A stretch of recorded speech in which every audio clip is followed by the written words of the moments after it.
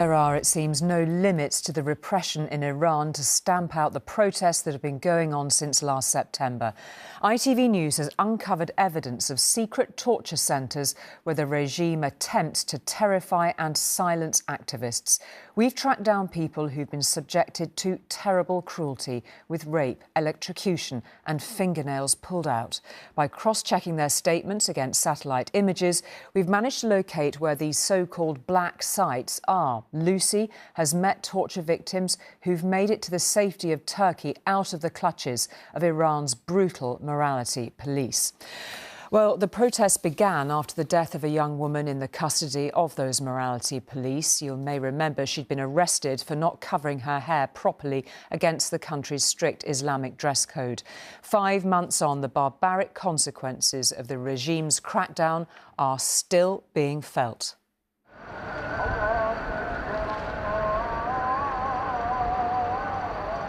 Turkey is the haven so many seek when they escape the oppression and barbarity of their own government. It is always darkest before the dawn, and for 74 nights and days, 24-year-old Azadeh has been in hiding, fleeing the Iranian regime's crackdown and cruelty. I tried to fight them. I tried to stop them from touching me, but there were too many men. They got me on the floor and taped both my hands and legs together. Azadeh fled here after being arrested and detained in Iran in December. She was grabbed in the street by plainclothes officers in Tehran. Blindfolded, she was driven for 20 minutes to an unofficial detention centre. This building in the same area is a so-called black site, a hidden jail belonging to the Islamic Revolutionary Guard.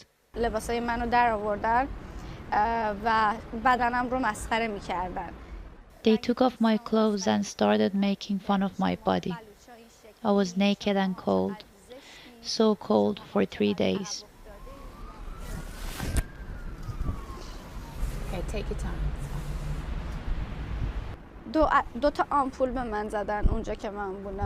Then they injected me twice. I couldn't talk. I couldn't feel my legs. I couldn't walk. And then at the very end, they cut off my hair.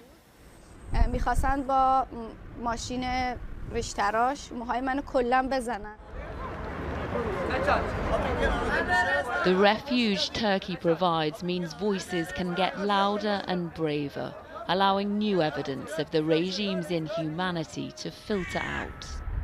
When they arrest you, they beat you. Sasan, a journalist and activist, was also held in a secret interrogation centre. He was taken at gunpoint to this building in the north of Iran, in Khorramshahr. His crime, like so many others, has been daring to protest. The torture begins after electric shock. They do something with your nails. They rape you rapidly. They call themselves moral police, and they have no moral codes. Torture is a tactic in these detention sites where they operate outside the rule of law. You know, everyone on that country who is in jail, we don't know what's happening to them. Right now, that exactly the time that we are talking, they are under the torture. You know, it's something like Dark Age. We then travel to meet a human rights lawyer who escaped from Iran 2 months ago. His recent clients have been abused in similar places. He agreed to speak to us, but not reveal where he is. Very nice to meet you. Salam. Iran's regime in the last few months has completely put aside the law. There is no justice. They sentenced me to 6 months in prison and were going to jail me for 10 years on top of that, for simply doing my job. Farid, too, was once detained at a black site in Tabriz as a student. ITV News has identified 3 such buildings in the city. This location is used specifically for under 18s.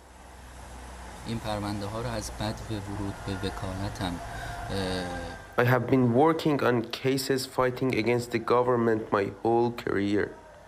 Were you afraid? Are you afraid now? We are not scared of the regime. Even when I was in Iran, I wasn't afraid. I left because they won't let me work and help people. A country that operates in the shadows we wanted to see, to go as far as we could to Turkey's border with Iran. It is a foreboding landscape with a wall that is 10 foot tall and more than 180 miles long.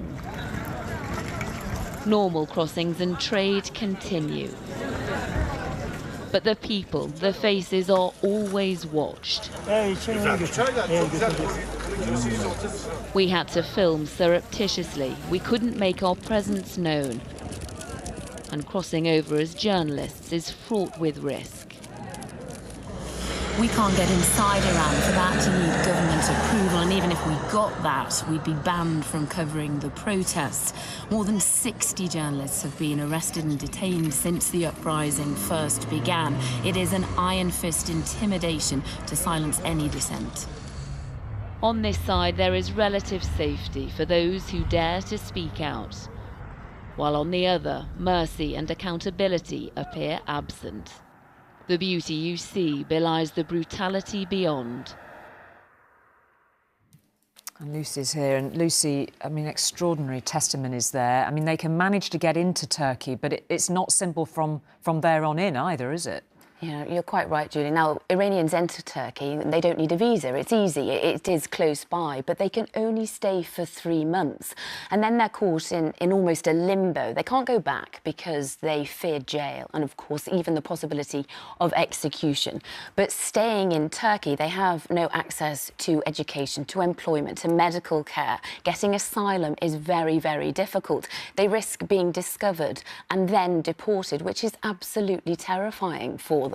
Now, in terms of stopping what is actually going on inside their country, well, the UK says tough sanctions are in place. In the spring, a UN investigation is expected to take place. Now, the Foreign Secretary said to us today that we take a very tough, direct line on Iran, but we don't routinely discuss what actions we may take. Now, by saying that, he's perhaps insinuating more may be done going forward, but he's not, of course, committing to it.